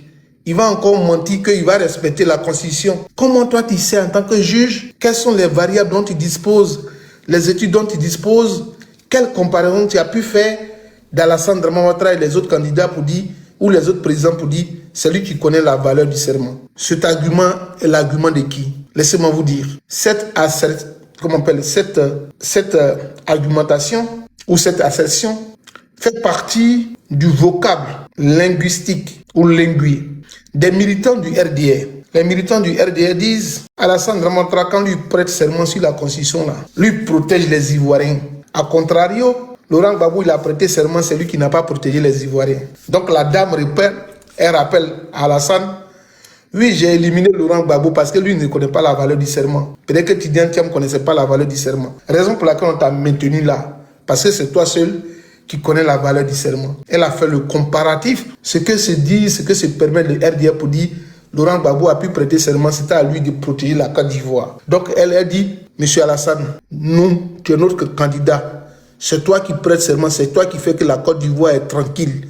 C'est toi qui fais qu'il n'y a pas de guerre en Côte d'Ivoire. Toi, tu sais protéger au moins les Ivoiriens. C'est ce qu'elle vient de dire. Est-ce que vous avez compris? La femme là vient de dire que c'est Alassane seul qui peut protéger la Côte d'Ivoire. Par contre, on dit, c'est quoi qui connaît la valeur du serment? C'est ce que ça veut dire. Ça dénote de la situation du pays. Et c'est chaotique. Et c'est dramatique. Président du Conseil constitutionnel qui dit que c'est toi qui connais la valeur du serment. Monsieur Time Team, il faut que tu partes chez tes parents et puis vous allez jouer vos billes ensemble parce que ta présence sur mon panel est nauséabond. Voilà. Atelier, ça me donne encore... Soit si, c'est comme s'il y avait mangé des vomitifs, donc ça me précipitait à aller aux toilettes pour rendre, ou c'est comme s'il y avait plus de diurétiques, donc j'ai envie d'aller faire pipi. Raison pour laquelle je t'ai mis en sourdine sur mon panel, parce que je ne veux pas aller dormir bête, j'ai envie d'aller dormir intelligent. Voici la Côte d'Ivoire nouvelle qu'on nous réserve. Alassane Dramane Ouattara. Votre pays est de le bâtir en une Côte d'Ivoire unie et prospère pour le bonheur du peuple ivoirien dans sa diversité. Les vœux ardents de réussite et de plein succès du Conseil constitutionnel vous accompagnent, Monsieur le Président de la République. Alors, lorsqu'on écoute à première vue, il n'y a... Vous caractérise. Alors, c'est ce que je voudrais vous dire ce soir. Corolla Akos, toi, je t'ai plusieurs fois écouté. Excuse-moi, c'est pas de ma faute si vous n'êtes pas parti à l'école. Moi, je dis, je ne discuterai pas avec un militant du RDR. Quand on dit illettré, c'est encore plus mielleux pour vous. Je ne discuterai pas avec un profane. Profane. Je ne vais pas discuter avec un profane. Parce que ça serait me parler à moi-même. Ça serait un monologue. C'est comme si je murmurais. L'école m'a apporté beaucoup de choses. L'école m'a forgé. L'école m'a permis de faire un distinguo entre le mal et le bien. L'école m'a permis de réfléchir et de contribuer à l'émancipation du peuple. De ma mort, où qu'elle vienne, mes enfants en auront un héritage. On leur dira que votre père a fait des études et vous êtes les enfants d'un intellectuel. A contrario, vous, monsieur Lacoste, on dira demain, vous avez tué les Ivoiriens, vous avez des immeubles, alors que vous n'avez même pas le niveau BPC, même le niveau 5e. Mais par votre manière d'avoir éliminé des Ivoiriens, vous êtes devenus riches. Mes enfants auront un père qui ira dans sa tombe sans le sang des autres. Parce que ceux qui sont partis à l'école, ils réfléchissent ainsi. Ils n'aiment pas éliminer les autres. Parce que c'est un peu le creuset, le fossé ou le caniveau entre vous et moi. Celui qui est parti à l'école, il ne demande pas aux gens de l'aider à faire ses lettres. Monsieur Lacoste, moi je peux écrire une lettre pour vous donner et si vous arrivez quelque part, on peut vous condamner. Parce que vous ne savez pas ce qui est écrit dedans. Vous serez obligé de demander aux gens. Et je vous dis ça toujours à tous ceux qui veulent m'attendre sur la toile. Il dit, quand vous voyez le parcours des joueurs de l'équipe nationale de Côte d'Ivoire, à autant de monsieur Didier Drogba, quand Didier Drogba a fini sa carrière, vous n'avez pas attendu du bruit, vous n'avez pas attendu telle chose. Même il a divorcé avec sa femme, vous n'avez pas attendu ça sur les réseaux sociaux. En revanche, tous ceux qui faisaient partie du club de Didier Drogba, les étoiles de l'équipe d'avant, il y en a qui ont divorcé, vous avez vu, ils ont pris des voitures sur des grues pour aller les mettre chez eux à la maison, ils sont venus chercher des choses chez eux à la maison, ils étaient un peu bavards. Ceux-là ne sont pas là à l'école. Vous voyez, quand Didier Drogba finit sa carrière, il ne devient pas encore pauvre, il devient encore riche bourgeois. Mais tous ceux qui étaient les illettrés dans l'équipe nationale à l'époque de Didier Drogba sont devenus quoi? Sont devenus aujourd'hui à Abidjan des personnes en eau grata. Est-ce que Didier Drogba est en eau grata? C'est l'intelligence. Parce que Didier Drogba est détenteur d'un bac. Donc lui, il jouait au football, mais en même temps qu'il jouait au foot, on le croyait inintelligent. Mais Didier Drogba fait partie des catégories des intellectuels du football ivoirien. Regarde comment il finit sa carrière. Il finit sa carrière, c'est comme maintenant il vient de commencer le football. Didier Drogba, il a quand même adjoint l'intelligence et le football. Ceux qui n'ont pas pu le faire dans l'équipe nationale de Côte d'Ivoire, vous voyez comment ils vivent aujourd'hui. Vous voyez comment ils vivent. C'est là l'intelligence. C'est là le rôle de celui qui allait à l'école. Didier Drogba, là, il n'avait pas besoin de se marier et de signer contrat pour demander à son ami au Cameroun de Sebeya. Il va faire un ou comment signer il va signer un. Non, Didier Drogba savait lire ses contrats. Il lisait, il savait où il partait. Son agent qu'il a amassé aujourd'hui est multiplié par 6. Regarde, M. Lacoste, ceux qui ne sont pas partis à l'école là, qui étaient dans l'équipe nationale au temps de Didier Drogba, ils sont devenus quoi? Ils sont devenus quoi? Ils sont devenus quoi? Ils sont aujourd'hui au bord de la lagune ébriée. Ils sont même devenus d'autres sont devenus tiktokers, d'autres sont devenus des mendiants à la FIF là-bas pour manger et tout et tout. Mais Didier Drogba, se suffit. L'intelligence a su établir la différence. Quand l'autre partait chercher sa voiture chez sa copine avec qui il a divorcé, Didier Drogba était en train de divorcer dans la sobriété totale. On n'a même pas attendu, c'est des années plus tard, on a attendu que Didier Drogba n'était plus avec sa femme. Mais s'il n'était pas parti à l'école, il allait s'asseoir pour dire oui, je lui ai donné une voiture, l'enfant qui est là, il n'est pas mon enfant, il fallait retirer le du bien. Mais il allait à l'école. Donc il a fait des choses de manière pacifique, loin des caméras. C'est ça, on dit l'intelligence. C'est ça. Lacoste, tu es en France ici, quand tu parles et tes lives là, tu es obligé d'appeler ton petit frère au pays ou bien quelqu'un qui est là à l'école. Mon gars, dans mon travail, même on m'a donné un contrat là, il ne sait pas ce qu'il va lire. Et puis tu es obligé d'appeler quelqu'un, puis il va te dire, oui, tu sais, et alinéa 1 de ton contrat, ça te donne telle garantie, telle chose. Est-ce que tu comprends ce que ça veut dire? C'est ce qu'on n'est pas là à l'école, on fait ça. Moi, mon contrat de travail, on ne peut pas m'éduper. Ok? Tu comprends? J'espère que tu as saisi. Hein? Voilà. Tu as compris finalement la différence entre aller à l'école et puis ne pas aller à l'école. Je pense que ça t'a servi ce soir. Donc, mise un peu sur l'école de tes enfants. Ok, Lacoste? Faut miser ce soir sur l'école de tes enfants. Faut permettre à tes enfants d'aller à l'école. Faut les instruire. C'est très important. L'école, c'est très très important. Même dans les écrits là, sur la toile, tu lis un monsieur comme Zarathustra, tu apprends et puis tu gardes. Et puis tu dis, ah, ce verbe là, je vais garder ça. Et puis demain, il va utiliser. Ah, il a écrit quelque chose, puis tu fouilles, tu écris. Mais quand Lagui Chérif fait un live là, tu apprends quoi? Quand Zasso fait un live là, tu apprends quoi? Toute la clique de RDR, quand ils font les lives là, tu apprends quoi? Ah, Babou Kala Loufaga, Babou Kala Akta Kouteke, Babou Ne Amagne, Babou Kana Di Bambata.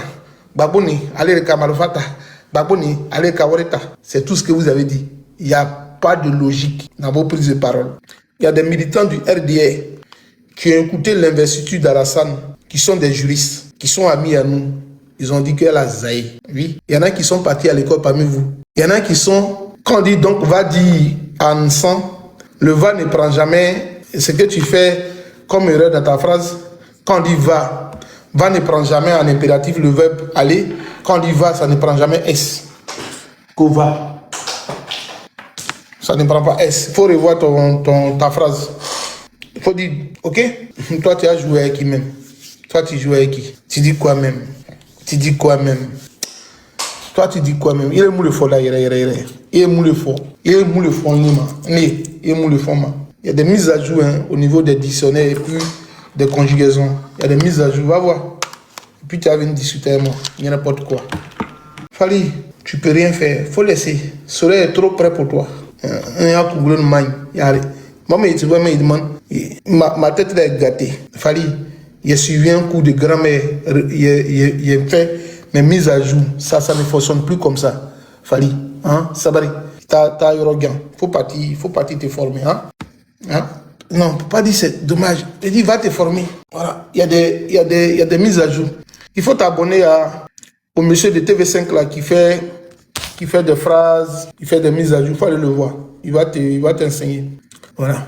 Et RDA, partout vous nous suivez. On vous a fait quoi même? Donc ce soir, on a fini de parler. On a parlé pour nous résumer.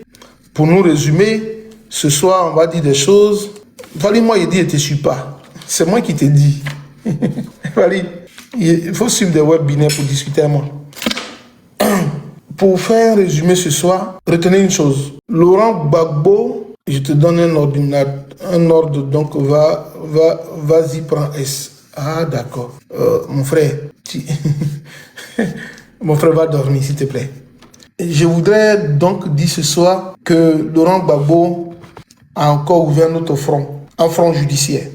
Laurent Gbagbo a encore ouvert un front. Et donc, ces derniers temps-là, il faut qu'on soit dans notre communication, on soit un peu réaction proactive ou qu'on ait des réactions par anticipation. Je sais que les militants du RDR vont donc ouvrir d'autres lucarnes pour dire, mais si Laurent Gbagbo demande que la CPI s'auto-saisisse ou ouvre encore à nouveau le dossier de la CPI, mais c'est que Laurent Gbagbo est en train de chercher, et comme on appelle, Laurent Gbagbo est en train de chercher la tête de Soro Guillaume. C'est ce qu'ils vont nous dire. Écoutez, moi je vous dis, je sais de quoi ils parlent. Comme ils ont dit, je sais de les voir, les militants du RDR, ils vont réagir ainsi. Ils vont dire que ces derniers temps, que Laurent Gbagbo est en train de demander à la CPI de faire enquête. Mais est-ce qu'ils n'ont qu'à aller chercher Soro Guillaume dans l'AES? Je vous dis, c'est ce qu'ils vont dire. Et je sais que j'ai un ami qui m'a dit ça, que mais quand Laurent Gbagbo même dit il va saisir la CPI là, pour les enquêtes là, mais dites-lui en même temps que Soro Guillaume en liberté à l'AES, ils n'ont qu'à l'attraper. Donc, les militants du GPS se préparent aussi pour nous dire, comme Laurent Gbagbo n'est pas venu au pouvoir, finalement il retourne contre Soro Guillaume. Voici la communication qui arrive 2 jours là. Ces derniers temps là, voici la communication qui arrive. Attendez-vous à ça. Ce même argument là il va être répandu partout. Ils vont dire, c'est que Gbagbo veut la tête de Soro Guillaume. C'est que Bleu Goudé va dire aussi que, voilà, comme ils n'ont pas gagné le pouvoir, ils retournent. Alors que, officiellement, de manière officielle, et même voir, quand on dit même voir, et voir, c'est un voir, Fali qui prend E à la fin, ok? Il dit, officiellement, même voir, ou voir, officieusement, Laurent Gbagbo n'a aucun pacte politique avec Soro Guillaume. Donc, j'anticipe pour vous donner ça comme argument. Laurent Gbagbo et Soro Guillaume n'ont aucun pacte politique, aucune alliance formelle ou informelle n'a été actée. Est-ce que vous comprenez? Donc, si hostilité il y a demain, ou si demain il y a ouverture d'un procès à l'étranger et que la CPI, par le canal de son procureur, veut faire ou veut approfondir, réouvrir le dossier ivoirien. Je vous donne une information capitale. Le monsieur du Soudan, Brahama, a été condamné à 20 ans. Il a été condamné à 20 ans. Donc, finalement, si Laurent Gbagbo, Al-Bashi, il s'appelle Brahman, il a été condamné à 20 ans. Là. Le gars du Soudan, là, il a été condamné à 20 ans. Al-Bashi, voilà, c'est lui. Il a été condamné à 20 ans ces derniers temps. Si il y a ouverture comment on appelle, de procès, je tiens à vous dire, la cible n'est pas que Soro Guillaume. C'est bien vrai que Soro Guillaume a donc pris part à la rébellion, mais ce n'est pas que Soro Guillaume. C'est tous ceux qui ont dû bénéficier de manière directe ou indirecte de la rébellion. Tous ceux qui ont contribué de près ou de loin à cette rébellion vont tous être appelés à la barre. C'est là que quand on dit de près ou de loin, c'est la notion de complicité. Et la complicité n'est pas seulement le fait d'être sur le terrain. Ce qu'on appelle fourniture d'informations ou de matériel est une co-complicité. Ce sont des éléments qui concourent, qui corroborent à la compréhension de la complicité en droit. Donc les complicités en Côte d'Ivoire seront multiformes. Voilà. Donc c'est pas Soro Guillaume seulement qu'on cible. On cible aussi Alassane Dramane Ouattara dans ce que Laurent Gbagbo a entrepris. Il y a eu Maître Altit qui a fait un communiqué sur la radio-télévision internationale RFI. Donc on attend l'écho ou le retour de sa communication. Non, pourtant, pour l'heure, soyez-en sûrs, ça tremble de l'autre côté de la rive gauche. À bon entendeur, salut. Et j'ai aussi appris que les gens sont en train de faire une refonte politique au sein du RDR. Les refontes politiques, c'est-à-dire il y a des gens qui sont à des postes clés qui risquent de changer de poste dans le gouvernement des jours à venir. Mais on aura ça, on aura peut-être le nouveau gouvernement, peut-être au soir des élections législatives, ou quand on dit au soir ou à l'issue c'est pas à l'insu, comme disait Madame Masseba Touré, qui ne sait pas parler le français, qui dit, au lieu de dire à la place de à l'issue, elle dit à l'insu. À l'insu, c'est pas la même chose qu'à l'issue. À l'issue, c'est à la suite de quelque chose. Voilà. Après, voilà. À l'insu, c'est quand on n'est pas là. Donc, à l'issue donc des élections législatives, peut-être on aura un nouveau gouvernement. Parce que Alassane Draman Ouattara est en train de faire un forcing pour voir qui est-ce qui compte dans sa région ou dans son département qui peut mériter d'être ministre. Donc, actuellement, nous voyons la belle dame